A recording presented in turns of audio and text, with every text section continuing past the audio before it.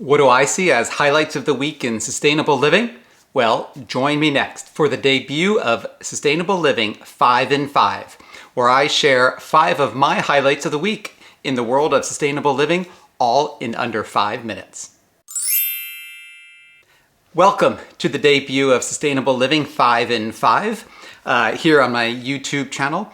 I'm Douglas Sabo, or at Green Living Doug, across social media channels. Also on my blog at greenlivingdoug.com.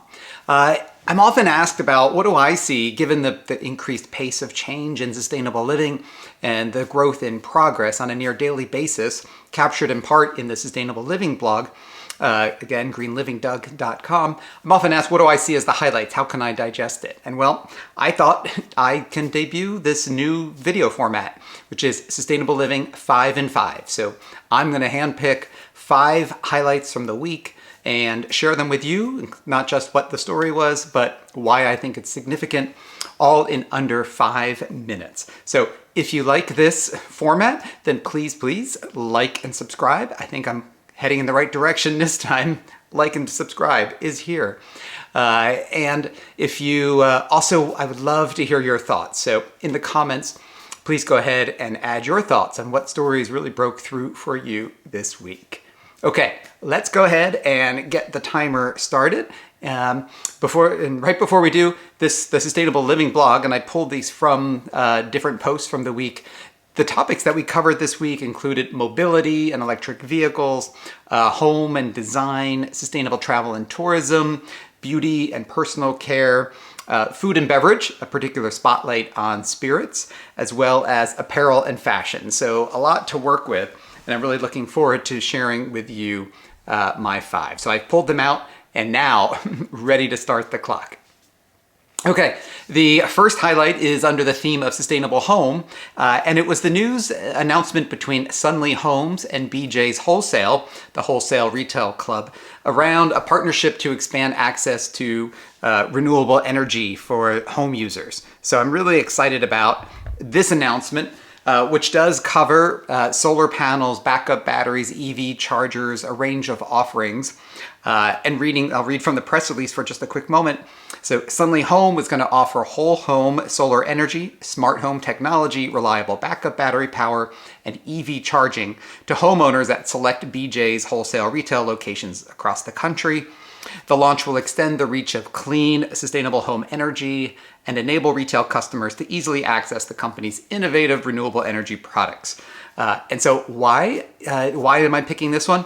I often talk about how do we make sustainable living more attractive, rewarding, attainable, and accessible for all, not just the affluent, not just those in the US who live on the coast, but for everyone. And so I really thought this was a great example. I've highlighted in the past the Impossible Whopper at Burger King, the Ford Lightning pickup truck, all these examples that are making sustainable living accessible to more people in more places. So that's highlight number 1.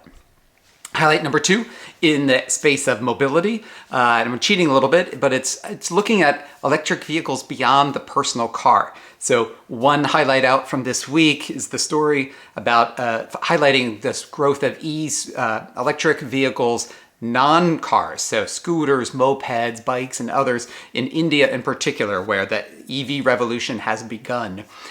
In the story, which focused on Ather Energy and others, talked about how there's an electric scooter being sold every 90 seconds, and they've grown from 200 units a month to 15,000 a month.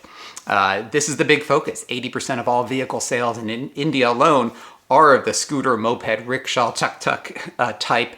They outnumber cars by 4 times. So it's so significant when we talk about EVs in developing markets that we aren't just focused on personal and traditional vehicles. Also news out in the fleet space around Mercedes bringing its e-Sprinter to the US market. So they're popular Sprinter vans, now they're bringing the e-Sprinter. So cheating with 2 different stories, looking at beyond the personal vehicle and looking at other types of vehicles, as well as the space of fleet and commercial. Okay, this is harder than I thought it was going to be. Highlight number 3 in sustainable travel and tourism, coverage of the recently held annual convention of the Global Business Travel Association. This was a major event for them every year, 5,200 people, 58 countries, 1,100 travel buyers. And there was a big focus once again on sustainability. They continued their sustainability pavilion, a lot of programming at the event around how to make business travel more environmentally friendly, eco-aware, and sustainable. They had a keynote from Paul Pullman, well-known business leader, co-author recently of the Net Positive book. There was also a great panel between the president and CEO of Marriott International, Anthony Capuano, and Scott Kirby, CEO of United Airlines, all talking about how they're transforming their operations.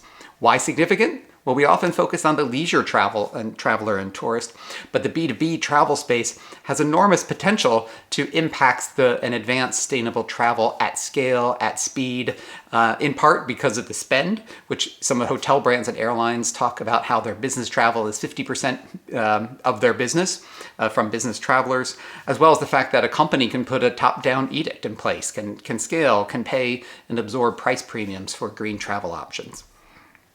Okay, highlight number 4, in the food and beverage space, in spirits in particular, sustainable packaging. So many different examples, and in the post this week in sustainable spirits, we looked at paper bottles, we looked at cans, boxes, so a number of stories, one even on Banrock Station launching a wine range featuring Pacamama's flat bottles. All of this, why significant? I just really resonate with the innovation that we're looking at in packaging and looking at how do we use fewer resources, how do we make the package lighter, more recyclable. Even the flat bottles, if you think of like a traditional wine bottle, more flat bottles, you can fit more bottles into a case and you're shipping less air and more product. So that really stood out to me. And my final one in the apparel space, the coverage of Allbirds sharing its recipe for its first net zero carbon shoe. This is significant, not just the shoe itself, which certainly would warrant it being a highlight, but the fact that they are making this available to everyone, the recipe for this. Their co-founder revealed at the Global Fashion Summit in Copenhagen recently that that the shoe was available, that they were making the recipe available through a toolkit. They provided the toolkit to attendees. It covered materials, manufacturing, transportation, end of life, as well as carbon footprint calculation. So why significant? We need radical collaboration to advance sustainable living. We've talked about this often, and so this was a great example. So Allbirds is doing it. They could have kept this to themselves. Instead, they're making it available and calling on others to adopt it. It reminds me of a session maybe a year ago I was part of where I got to hear from the CEOs of 2 different major hospitality brands. And what they each talked about was, hey, we did this work, but we want to make it available, and we'll make it available to you, one of our #1 competitors.